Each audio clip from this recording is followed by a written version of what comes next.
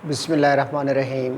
Dear students, mathematics 10th class exercise 2.6 question number 3 आज हमने solve करना है। उसका पार्ट नंबर 1 हम सॉल्व कर रहे हैं।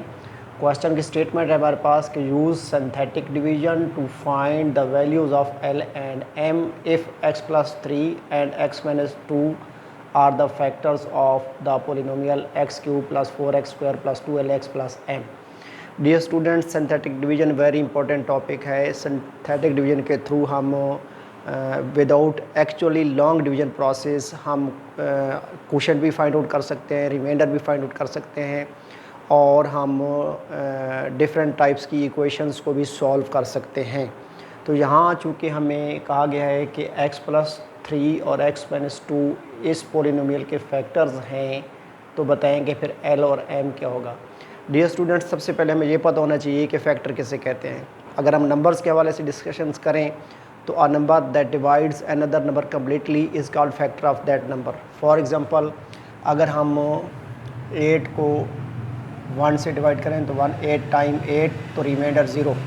अगर हम किसी भी नंबर को किसी नंबर से डिवाइड करें और रिमाइंडर हमारे पास 0 आ जाए तो वो जो नंबर 1 होगा वो उसका क्या कहलाएगा, फैक्टर कहलाएगा। एक होता है डिवाइज़र, एक होता है फैक्टर। हर डिवाइज़र फैक्टर नहीं होता। सपोज़ अगर हम 9 को डिवाइड करेंगे 2 से तो 2 4 टाइम 8 और रिमाइंडर हमारे पास आ गया 1। अब जो कि रिमाइंडर हमारे पास 0 नहीं आया तो ये जो 2 है 9 का फैक्टर नहीं है। ये 2 9 का डिवाइज़र तो है, कुछ पार्ट्स में डिवाइड कर देता है, लेकिन इसका वो फैक्टर नहीं है। फैक्टर के लिए क्या कंडीशन है कि remainder must be equal to 0। तो डियर स्टूडेंट्स, जैसे हमारे पास 8 है, 8 को अगर हम 2 से डिवाइड करें तो 2 4 टाइम 8, तो अब 2 भी क्या होगा, 8 का फैक्टर होगा। क्योंकि 8 में से 8 को माइनस करेंगे, रिमाइंडर हमारे पास 0 आ जाएगा। तो a number that divides another number completely is called factor of that number. इसी तरीके से अगर कोई एक्सप्रेशन किसी एक्सप्रेशन को कम्प्लीटली डिवाइड कर दे तो वो एक्सप्रेशन उसका क्या कहलाती है, फैक्टर कहलाती है। An expression that divides another expression completely is called factor of that expression. तो ये जो हमारे पास x प्लस 3 है, अगर हमारे पास l और m की वैल्यू यहाँ पे हो और हम वो पुट कर दें एक्यूरेट वैल्यूज़ और देन हम इस पोलिनोमियल को x प्लस 3 से डिवाइड करें या x माइनस 2 से डिवाइड करें तो हमारे पास रिमाइंडर जो है वो 0 आ जाएगा। तो डियर स्टूडेंट्स, आपको याद होगा कि हम रिमाइंडर थ्योरम में जो लीनियर डिवाइज़र होता था पोलिनोमियल का, हम उसको 0 के इक्वल पुट करके हम x की वैल्यू फाइंड आउट कर लेते थे। जैसे हमारे पास ये x प्लस 3 है ना, अब x प्लस 3 को अगर हम 0 के इक्वल पुट कर दें तो x की वैल्यू हमारे पास -3 आ जाएगी। ये x की जो वैल्यू -3 है एक स्पेसिफिक नंबर है। अगर हमें l और m का पता हो और हम x को रिप्लेस कर दें इस स्पेसिफिक वैल्यू से तो हमारे पास रिमाइंडर 0 आ जाएगा और x प्लस 3 इसका फैक्टर ही कहलाएगा। तो डियर स्टूडेंट्स, ये जो x इक्वल टू -3 आया है ये कहलाता है इस पोलिनोमियल का 0 ऑफ द पोलिनोमियल। तो चूँकि हमें x प्लस 3 फैक्टर है तो उससे हम 0 ऑफ पोलिनोमियल फाइंड आउट कर लेंगे। x माइनस 2 भी फैक्टर है, उससे भी हम 0 ऑफ द पोलिनोमियल एक स्पेसिफिक नंबर होते हैं वो फाइंड आउट कर लेंगे और सिंथेटिक डिवीजन का प्रोसेस करके हम l और m की वैल्यूज़ जो है वो फाइंड आउट कर लेंगे। तो इसलिए डियर स्टूडेंट, सोल्यूशन में हमने लिखना है कि since x plus 3 and x minus 2 are the factors of p f x is equal to कौन सी वो पोलिनोमियल है, x cube plus 4x square plus 2lx plus m। Therefore -3 and 2 are the zeros of polynomial. क्यों कि जब हम x plus 3 को 0 के इक्वल पुट करेंगे और x को जब हम लेफ़्ट से राइट की तरफ शिफ्ट करेंगे तो हमारे पास x की वैल्यू -3 आ जाएगी। इसी तरीके से x प्लस 2 जो कि हमारे पास फैक्टर है गिवन पोलिनोमियल का, उसको भी हम जब 0 के इक्वल पुट करके लीनियर डिवाइज़र है हमारे पास, लीनियर डिवाइज़र है और चूँकि कंप्लीट डिवाइड करते हैं तो remainder must be equal to 0। तो हमारे पास ये जो -2 होगा ये भी क्या कहलाएगा, 0 ऑफ द पोलिनोमियल। यानी इस पोलिनोमियल के लिए अगर l और m की वैल्यूज़ का हमें पहले से पता हो एक्यूरेट वैल्यूज़ का, तो जब भी हम इस पोलिनोमियल में x को -3 से और x को -2 से रिप्लेस करेंगे तो हमारे पास जो रिमाइंडर आएगा रिमाइंडर थ्योरम के थ्रू वो 0 आएगा। तो हमने इसी कॉन्सेप्ट को यहाँ पे यूज़ करना है। तो अब ये जो x प्लस 3 है जब इसको हम 0 के इक्वल लिखेंगे तो हमारे पास x इक्वल टू -3 आएगा। तो ये जो -3 होगा ये 0 ऑफ पोलिनोमियल कहलाएगा और x प्लस 2 इक्वल टू 0 है तो x इक्वल टू आ जाएगा जी x माइनस 2 था तो हमारे पास आ जाएगा x इक्वल टू +2, यानी हमारे पास जो फैक्टर हैं x + 3 ये आ जाएगा x इक्वल टू -3, ये -3 जीरो ऑफ द पोलिनोमियल कहलाएगा, और x - 2 है इक्वल टू 0, तो x इक्वल टू +2 ये भी जीरो ऑफ द पोलिनोमियल कहलाएगा। इसलिए हम लिखेंगे कि therefore -3 and 2 are the zeros of the polynomial p f x now by synthetic division. अब सिंथेटिक डिवीजन का अपना एक प्रोसेस था, उसको यहाँ हम जो है वो सॉल्व करेंगे, और हम इस हमारे पास 2 इक्वेशंस आ जाएंगी और उनसे हम L और M की वैल्यूज़ को फाइंड आउट कर लेंगे। तो सिंथेटिक डिवीजन में आपको याद होगा कि हमने फर्स्ट क्वेश्चन में उसको डिटेल से पढ़ा था कि ये जो हमारे पास पोलिनोमियल में वेरिएबल यूज़ हो रहा है, जैसे यहाँ x वेरिएबल यूज़ हुआ है, पहली बात तो ये है कि ये हमारे पास टर्म्स पोलिनोमियल की डिसेंडिंग ऑर्डर में होनी चाहिए, यानी x⁻3 फिर x⁻2 फिर x⁻1 और उसके बाद x⁻0, तो ये हमारे पास डिसेंडिंग ऑर्डर में ही है।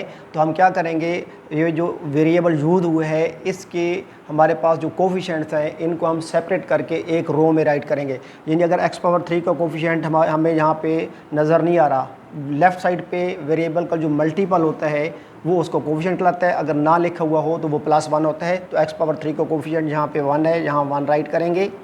फिर हमने क्या करना होगा, x² का कोफिशिएंट 4 है, +4 है, +4 राइट करेंगे, अगर माइनस होगा तो माइनस का साइन यहाँ साथ पुट करेंगे, और x का कोफिशिएंट 2l है तो 2l यहाँ पुट कर लेंगे। उसके बाद हमारे पास कांस्टेंट टर्म m है तो m भी यहाँ पुट कर देंगे, और चूँकि सारी टर्म पॉजिटिव थी इसलिए उनके कोफिशिएंट पॉजिटिव थे तो प्लस का साइन लिखने की ज़रूरत नहीं है, लेकिन अगर माइनस होगा कोफिशिएंट का साइन तो वो साथ लिखेंगे। और अब ये जो ज़ीरोज़ ऑफ द पोलिनोमियल हैं इन्हें यूज़ करते हुए हम रिमाइंडर फाइंड आउट करेंगे, यानी पहले हमने -3 जो हमारे पास ज़ीरो ऑफ द पोलिनोमियल है इसको यूज़ करेंगे। अगर ये -3 इसका ज़ीरो ऑफ द पोलिनोमियल है तो remainder must be equal to 0, तो एक लाइन यहाँ पे पुट करेंगे और एक लाइन हमने यहाँ पे ड्रा कर लेनी है, ठीक है। अब ये जो ज़ीरो ऑफ पोलिनोमियल है ये लेफ़्ट साइड पे यहाँ राइट करेंगे according to procedure of synthetic division. तो 1 को हम क्या करेंगे, टेक डाउन कर लेंगे, ठीक है, और 1 को -3 से मल्टीप्लाई करेंगे तो +-1 3 टाइम 3, और फिर 4 में से 3 को माइनस करेंगे 1 आ जाएगा according to rules of addition of integers. एक पॉजिटिव इंटीजर है, एक नेगेटिव इंटीजर है, तो जब भी इनको सॉल्व करेंगे आंसर हमारे चूँकि माइनस करेंगे तो ग्रेटर में स्मॉलर माइनस करेंगे तो आंसर में साइन ग्रेटर वाला आना चाहिए। फिर इस 1 को -3 से मल्टीप्लाई करेंगे तो +-3 1 टाइम 3 यहाँ राइट करेंगे -3। अब ये 2l और -3 लाइक टर्म्स नहीं है, can not subtract can not add भी नहीं हो सकते, सब्ट्रैक्ट भी नहीं हो सकते, तो इसको इसी भाव में लिखेंगे। क्या राइट करेंगे, 2l - 3। अब क्या करेंगे, फिर हमने -3 को 2l और -3 से मल्टीप्लाई करना है और m के अंडर यहाँ पे पुट कर देना है। +-3 2 टाइम 6l -6l और -+3 टाइम 9। अब इनको ऐड करेंगे, चूँकि m और l लाइक टर्म्स नहीं है तो कैन नॉट बी एडेड। यहाँ पे क्या आ जाएगा जी, m -6l + 9। तो ये हमारे पास जो है वो रिमाइंडर है। अब ये जो हमारे पास रिमाइंडर है, चूँकि उसने कहा था कि x + 3 जो है गिवन पोलिनोमियल का फैक्टर है तो remainder must be equal to 0। यहाँ पे हम क्या लिखेंगे, since -3 is the zero of p f x, therefore remainder is 0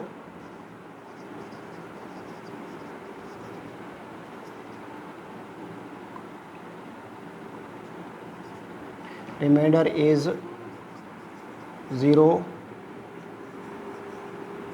that is जो कि हमारे पास क्या आ रहा है, m - 6l + 9 is equal to 0।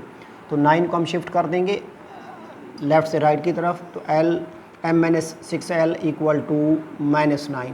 इसको हम इक्वेशन नंबर 1 राइट कर लेंगे। अब वो जो हमारे पास सेकंड ज़ीरो था स्पेसिफिक नंबर 2, अब दोबारा हम क्या करेंगे, उसे यूज़ करते हुए फिर रिमाइंडर फाइंड करेंगे और इक्वेशन नंबर 2 हमें हासिल हो जाएगी। फिर उन दोनों इक्वेशंस को सॉल्व करेंगे तो L और M की वैल्यूज़ हमारे पास आ जाएंगी। तो डियर स्टूडेंट्स, अब यहाँ पे हमने अगेन जो है एंड लिख के यहाँ पे हम वंस अगेन पोलिनोमियल के जो कोफिशिएंट्स हैं जो हमने यहाँ पे राइट किए थे वो यहाँ राइट कर लेंगे जी। 1 4 2l और m। अब जो ज़ीरो ऑफ द पोलिनोमियल है उसको लेफ़्ट साइड पे राइट कर लेंगे और second zero of the polynomial हमारे पास 2 है, यहाँ 2 राइट कर लेंगे और ये जो फर्स्ट नंबर 1 है इसको हम टेक डाउन कर लेंगे और 2 को 1 से मल्टीप्लाई करेंगे, 2 1 टाइम 2 और 4 प्लस 2 कितना हो जाएगी जी 6 और 6 2 टाइम 12 और 2l प्लस 12 और फिर 2l प्लस 12 को भी हम क्या करेंगे 2 से मल्टीप्लाई करेंगे तो 2 2 टाइम 4l प्लस 12 2 टाइम 24, इनको भी ऐड कर देंगे। चूँकि m और l लाइक टर्म्स नहीं है तो जैसे हैं वैसे ही राइट करेंगे, यानी m प्लस 4l प्लस 24, ये हमारे पास रिमाइंडर है। चूँकि x माइनस 2 भी जो था इस पोलिनोमियल का फैक्टर था तो remainder must be equal to 0, तो यहाँ पे क्या लिखेंगे कि since 2 is the zero of polynomial, so remainder is 0, that is जो कि हमारे पास क्या है m plus 4l plus 24 equal to 0।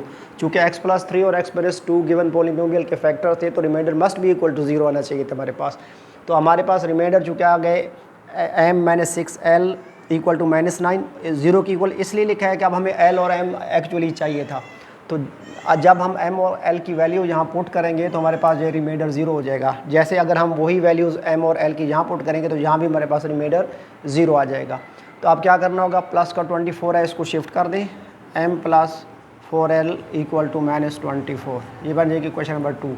अगर आप गौर से देखें तो हमारे पास जो क्वेश्चन नंबर 1 है उसमें एक वेरिएबल हमारे पास m आ गया है, एक l आ गया है, और यहाँ भी एक वेरिएबल m है, एक l है। हमने l और m की वैल्यूज़ फाइंड आउट करनी है। अब ये हमारे पास 2 सिंपल इक्वेशंस बन गई हैं।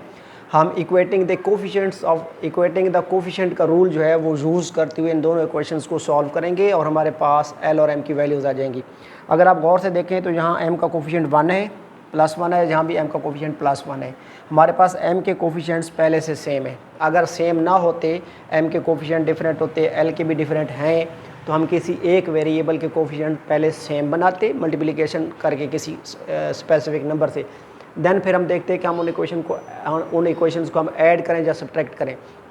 अब चूँकि हमारे पास m का कोफिशिएंट यहाँ भी प्लस 1 है, जहाँ भी प्लस 1 है, तो चूँकि दोनों के साइन सेम हैं, अगर ये भी यहाँ भी माइनस 1 होता, यहाँ भी माइनस 1 होता, फिर भी साइन सेम होते, तो हम क्या करेंगे, अगर साइन सेम होंगे कोफिशिएंट्स के और वो कोफिशिएंट इक्वेट भी होंगे तो हम क्या करेंगे, इक्वेशन नंबर 1 और इक्वेशन नंबर 2 को सब्ट्रैक्ट करेंगे।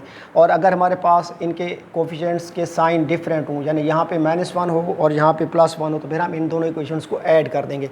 यहाँ सब्ट्रैक्ट करेंगे, क्या लिखेंगे, by subtracting equation number 2 from equation number 1 में से 2 को माइनस करना है, फ्राम इक्वेशन नंबर 1, फ्राम के बाद वाली इक्वेशन को ऊपर लिखेंगे। इक्वेशन नंबर 1 हमारे पास क्या है जी, m minus 6l is equal to -9, और इक्वेशन नंबर 2 हमारे पास क्या है, m plus 4l is equal to -24। चूँकि सब्ट्रैक्ट कर रहे हैं तो नीचे वाले के साइन चेंज होंगे, प्लस m है तो -m हो जाएगा, प्लस 4 है तो -4 हो जाएगा, और यहाँ पे प्लस का साइन आ जाएगा। तो अब प्लस 1m माइनस 1m, तो ये 0 हो जाएगा, क्योंकि अब m में से m माइनस किया 0, माइनस का 6l माइनस का 4l माइनस का 10l इज़ इक्वल टू 24 में से 9 माइनस किया तो हमारे पास आ जाएगा जी यहाँ पे 15, लेकिन प्लस का आएगा क्योंकि 24 का साइन प्लस है। अब -10 को डिवाइड कर देंगे for finding the value of l, यानी क्या करेंगे, 15 से -10 को डिवाइड करेंगे तो हमारे पास l की वैल्यू आ गई, 5 की टेबल से डिवाइड हो जाते हैं, 5 3 टाइम, 5 2 टाइम, तो -3/2 हमारे पास l की वैल्यू आ गई है। ये जो हमारे पास l की वैल्यू आई है ये हम इक्वेशन नंबर 1 में पुट कर सकते हैं, इक्वेशन नंबर 2 में पुट कर सकते हैं, किसी एक इक्वेशन में पुट करेंगे तो हमारे पास जो है वो m की वैल्यू आ जाएगी। तो यहाँ हम इक्वेशन नंबर 1 में पुट कर देंगे, क्या लिखेंगे यहाँ पे कि बाई पुटिंग